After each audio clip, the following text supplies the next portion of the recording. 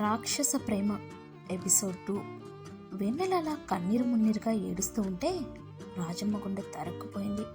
వద్దు మేడం, దయచేసి అలా ఏడవకండి అంటూ రాజమ్మ ఆమెను ఓదార్చింది. ఇంతలో తలుపు తట్టిన శబ్దం వినిపించడంతో రాజమ్మ కాస్త సైలెంట్ అయ్యి, ఎవరో వచ్చినట్టున్నారు మేడం, నేను వెళ్ళి చూసొస్తాను అని తలుపు తీయగానే బయట వైట్ యూనిఫామ్లో ఉన్న ఒక వెయిటర్ కనిపించగా, ఏం కావాలి, ఎందుకొచ్చావు అని అడిగింది రాజమ్మ. సార్ పంపించారు మేడం, లోపల ఆవిడ రెడీ అయ్యారా లేదా అని కనుక్కోమన్నారు అని వినయంగా బదిలిచ్చాడు ఆ వెయిటర్. మరో 15 నిమిషాల్లో మేడం రెడీ అవ్వడం పూర్తవుతుంది, ఇక నువ్వు వెళ్ళు అని అతనికి చెప్పి తలుపు వేసి తిరిగి వెన్నెల దగ్గరకు వచ్చింది రాజమ్మ. అప్పటికే వెన్నెల తన ముఖాన్ని చేతుల్లో దాచుకొని కుమిలిపోతూ ఉండడంతో రాజమ్మ వెళ్ళి ఆమె తలపై సున్నితంగా నిమురుతూ, మీరిలా ఏడుస్తూ కూర్చుంటే సార్కి కోపం వస్తుంది మేడం, దయచేసి లేచి రెడీ అవ్వండి అని సర్ది చెప్పింది. తన పరిస్థితిని తలుచుకొని తనకే జాలనిపించిన వెన్నెల కన్నీళ్లతో, ఇదే పరిస్థితి నీ కూతురుకొస్తే నువ్వు ఇలానే మాట్లాడతావా రాజమ్మ అని అడిగింది. ఆ మాటతో రాజమ్మ గుండె బద్దలైంది. తాను ఏమీ చేయలేని నిస్సహాయ స్థితిలో ఉండడంతో ఓ భారమైన నిట్టూర్పు విడిచి తన పనిలో నిమగ్నమైంది. రాజమ్మ వెన్నెలను రెడీ చేస్తుంటే వెన్నెల మాత్రం ప్రాణం లేని బొమ్మలా అలానే నిలబడిపోయింది. అలంకరణ పూర్తయ్యాక అపరంజి బొమ్మలా చెక్కిన శిల్పంలా తయారైన వెన్నెలను తదేకంగా చూసిన రాజమ్మలో క్షణకాలం పాటు తెలియని ఈర్ష్య కలిగింది.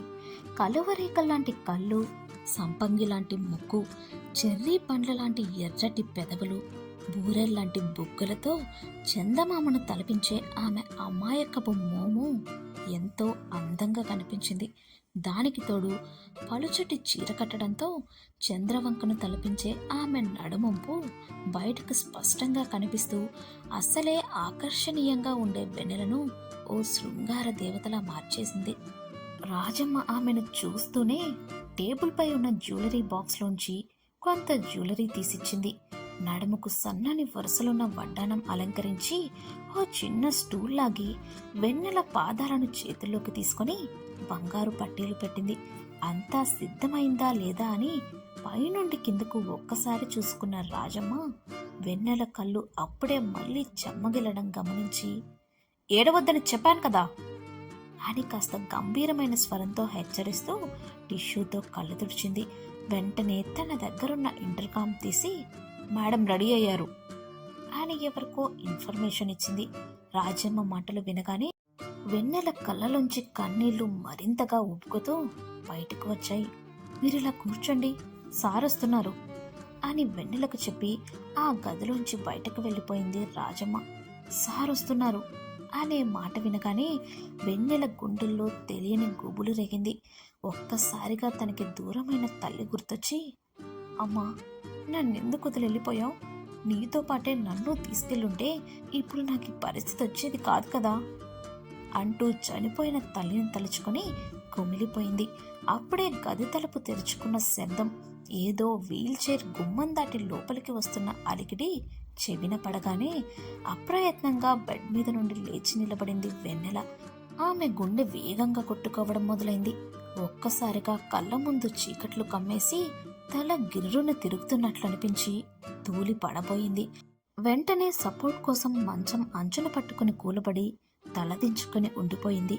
గది తలుపులు మూసుకున్న శబ్దం వినగానే ఆమె శరీరం ఒక్కసారిగా వణికిపోయింది. తన ప్రమేయం లేకుండానే కన్నీళ్లు కారుతున్నాయి. ఇప్పుడు నువ్వు నా దానివి, ఎందుకిలా ఏడుస్తున్నావు అంటూ సీరియస్గా వినపడిన ఆ గొంతుకు వెన్నెల ఉలిక్కిపడి లేచి నిలబడింది. తన ఎదురుగా వీల్ చైర్లో ఓ యువకుడు చామన ఛాయలో ఉన్నప్పటికీ పెద్ద కళ్ళు, కొనతేలిన ముక్కుతో ఆకర్షణీయంగా ఉన్న అతని వైపు భయం భయంగా చూసింది వెన్నెల. వీల్ చైర్లోనే ఆమెకు దగ్గరగా వచ్చి పైనుండి కిందకు ఓసారి మైకంగా చూశాడతను. తన 2 చేతులతో వెన్నెల భుజాల మీదుగా స్పృశిస్తూ నవనవలాడుతున్న ఆమె వేళ్లను తన వేళ్ల మధ్య బంధించగానే భయంతో ఆమె ఒళ్ళు జలధరించింది. ఆమె వైపు నిర్లక్ష్యంగా చూస్తూ, భార్యగా నటించాలని చూడద్దు, అది నాకు అస్సలు నచ్చదు అని వార్నింగ్ ఇచ్చినట్లు మాట్లాడాడతను. ఆమె సైలెంట్గా ఉండేసరికి తన చేతులతో వెన్నెల ముఖాన్ని సున్నితంగా తడుముతూ గడ్డం పట్టుకుని ఆమె ముఖాన్ని పైకెత్తాడు. ముగ్ధ మనోహరంగా ఉన్న ఆమె రూపాన్ని చూడగానే మైమరచిపోయి స్ట్రాబెర్రీలా ఊరిస్తున్న ఆమె పెదవులను అందుకోవడానికి ఆరాటపడ్డాడు. కానీ వీల్చైర్లో ఉండడం వల్ల అందుకోలేకపోయాడు. అది అతనికి విపరీతమైన కోపాన్ని, చిరాకును తెప్పించింది. కూర్చో అంటూ సీరియస్గా ఆర్డర్ వేశాడతను. కంగుమన్న ఆ స్వరానికి భయపడి టక్కున మంచం మంచున కూర్చొని అతని వైపు వణుకుతూ చూసింది. వాయిస్లో బేస్ పెంచుతూ, భయపడుతున్నావా అని బుగ్గని మురుతూ అడగ్గా అవునన్నట్లు తల ఊపి మౌనంగా ఉండిపోయింది వెన్నెల. నిజంగా ఇది నీకు మొదటిసారేనా అన్న అతని ప్రశ్నకు ఇబ్బందిగా ముఖం పెట్టింది వెన్నెల. అతని చూపులు ఆమె అందాలను తీక్షణంగా స్కాన్ చేశాయి. బుగ్గల మీద నుండి చేతులను మెల్లగా కిందికి జారుస్తూ మెడవంపుల్లో చెయ్యి వేసి నిమురుతూ ఆత్రంగా వెన్నెల ముఖాన్ని తన ముఖం దగ్గరకు లాక్కున్నాడు.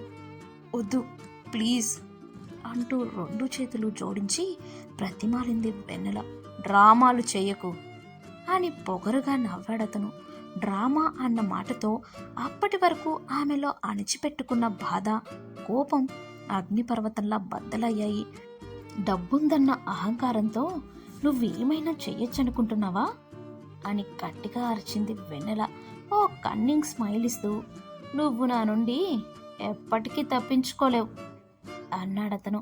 ఆ తర్వాత కాసేపు ఆ గదిలో నిశ్శబ్దం రాజ్యమేలింది. వెన్నెల ఏడుస్తుండడంతో సడన్గా నాకు కాళ్ళు లేవని ఇలా చేస్తున్నావా అంటూ కోపంతో ఊగిపోయాడతను. ఎందుకు ఇలా మాట్లాడుతున్నారు? మీ పేరేంటో కూడా కనీసం నాకు తెలీదు. ప్లీజ్ నన్ను వదిలేయండి అంటూ పక్షవాతానికి గురై జీవం లేకుండా ఉన్న అతని 2 కాళ్ళను పట్టుకొని బ్రతిమాలింది వెన్నెల. ఓహో, నా పేరు తెలియకపోవడమేనా నీ ప్రాబ్లం? ఐఎమ్ విక్రాంత్ వర్మ అని పెద్దగా నవ్వి గెటప్ అని ఆర్డర్ వేశాడు. వెన్నెల వణుకుతూనే లేచి నిలబడింది.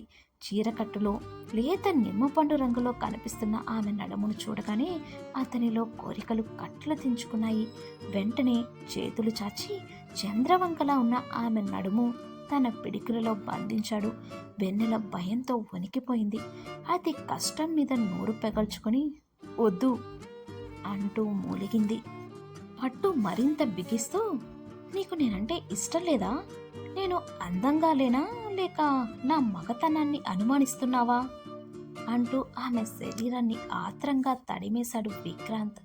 ఆ మాటలకు బదులివ్వలేక మౌనంగా ఉండిపోయిన వెన్నెలను తమకంగా తన దగ్గరకు లాక్కొని అరిటాకు లాంటి పల్సని ఆమె పొట్టపై ముఖాన్ని అదిమిపెట్టి ఉద్వేగంగా ముద్దు పెట్టుకున్నాడు విక్రాంత్. తట్టుకోలేక వణుకుతూ వీల్ చైర్ హ్యాండిల్ను గట్టిగా పట్టుకున్న వెన్నెల, నన్ను వదిలేయండి ప్లీజ్, మీకు దండం పెడతాను అంటూ ఆర్తనాదం చేసింది. కానీ ఆమె బాధను ఏమాత్రం పట్టించుకోలేదు విక్రాంత్. అతని చేతులు ఆమె శరీరంపై స్వేచ్ఛగా నాట్యమాడాయి. తమకంగా ఆమెను తనలో బంధిస్తూ మెడవంపుల్లో గాఢంగా ముద్దులు కురిపించాడు. విక్రాంత్ కౌకిలిలో బందీ అయిన వెన్నెల కళ్ళలోంచి కన్నీరు ఉబికి అతని ముఖాన్ని తడిపేశాయి. ఆ కన్నీటి చెమ్మ విక్రాంత్కు విపరీతమైన చిరాకు తెప్పించింది. వాట్ ఈస్ దిస్ అని గట్టిగా అరుస్తూ ఆమె భుజాలు పట్టుకొని కుదిపేసి, ఎందుకిలా ఏడుస్తూ నా ప్రాణాలు తీస్తున్నావు అంటూ విసుగుగా ఆమెను దూరంగా నెట్టేశాడు. అది ఏమాత్రం ఊహించని వెన్నెల వెళ్ళి మంచం మీద పడిపోయింది. ఆ క్రమంలో ఆమె పైట పక్కకు జరిగి ఆమె అందాలు బహిర్గతమయ్యాయి. ఆ అందాలు విక్రాంత్ను మరింత రెచ్చగొట్టాయి. అతనిలో కోరికలు రెట్టింపయ్యాయి. స్పీడ్గా వీల్చైర్ను మంచం దగ్గరకు తీసుకువెళ్ళి కాసేపు ఆ అందాలనే తదేకంగా చూశాడు. ఆ తర్వాత ఆమె కప్పుకుంటున్న పైటను బలవంతంగా లాగి పక్కన పడేశాడు. ప్లీజ్ వద్దు అని చేతులు జోడించి బతిమాలింది వెన్నెల. షటప్ అని గట్టిగా అరుస్తూ వీల్చైర్లోంచి నెమ్మదిగా లేవడానికి ప్రయత్నించాడు విక్రాంత్. కానీ తన వల్ల కాలేదు. అతను తన వీల్చైర్లోంచి కనీసం లేవలేకపోవడం చూసిన వెన్నెల పెదవులపై, చూసుకున్నావుగా నీ పరిస్థితి అన్నట్టుగా ఓ చిరునవ్వు మెరిసింది.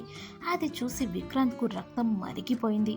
ఏయ్, ఏం చేస్తున్నావే అంటూ అరిచాడు. మీకు చాలా అహంకారం, డబ్బు ఉందన్న పొగరు కదా అని గట్టిగా సమాధానమిస్తూ లేచి కూర్చొని బయట సర్దుకుంది వెన్నెల. ఆమె మాటలకు అతని అహం దెబ్బతింది. ఎలాగైనా ఆమెను దక్కించుకోవాలన్న కసితో వీల్చైర్ నుండి మంచం పైకి దూకడానికి ప్రయత్నించాడు, కానీ ఫెయిల్ అయ్యాడు. నువ్వు నన్ను ఏమీ చేయలేవు అన్న ధైర్యంతో అతని బారి నుండి ఎలాగైనా తప్పించుకోవచ్చన్న ఆశతో అతని వైపే చూసింది వెన్నెల. ఉక్రోషంతో పళ్ళు కొరుకుతూ ఆమె వైపు చూశాడు విక్రాంత్. ఆమెకు ధైర్యం మరింత పెరిగింది. విక్రాంత్ను రెచ్చగొడుతూ, రా, నా దగ్గరకు రావడానికి ప్రయత్నించు అనంది. తన చేతగాని తనాన్ని చూసి ఆమె వెక్కిరిస్తోందని అర్థం చేసుకున్న విక్రాంత్ మంచం పైకి దూకేందుకు మరోసారి ప్రయత్నించాడు. కానీ ఈసారి బ్యాలెన్స్ తప్పి నేల మీద పడిపోయాడు. దాంతో అబ్బా అంటూ నొప్పితో విలవిల్లాడాడు. ఆ పరిస్థితిలో అతన్ని చూసేసరికి వెన్నెలకి జాలేసింది. వెంటనే మంచంపై నుండి కిందకు దిగి అతని చెయ్యి పట్టుకుని పైకి లేపే ప్రయత్నం చేసింది. కానీ తనకు సాయం చేయడానికి వచ్చిన ఆమెను చూసి, నటించకు, పో అవతలకి అని కోపంగా అరిచాడు విక్రాంత్. ఏదో జాలిపడి సాయం చేయడానికి వస్తే ఎంత అహంకారం ఇతనికి అని మనసులోనే తిట్టుకుంది వెన్నెల. విక్రాంత్ తన బలాన్నంతా కూడగట్టుకుని చేతుల సాయంతో పైకి లేవడానికి ప్రయత్నించాడు. కానీ జారి మరోసారి కింద పడిపోయాడు. ఆ నొప్పితో అమ్మా అంటూ గట్టిగా మూలిగాడు. సున్నిత మనస్కురాలైన వెన్నెల అతనలా బాధపడడం చూడలేకపోయింది.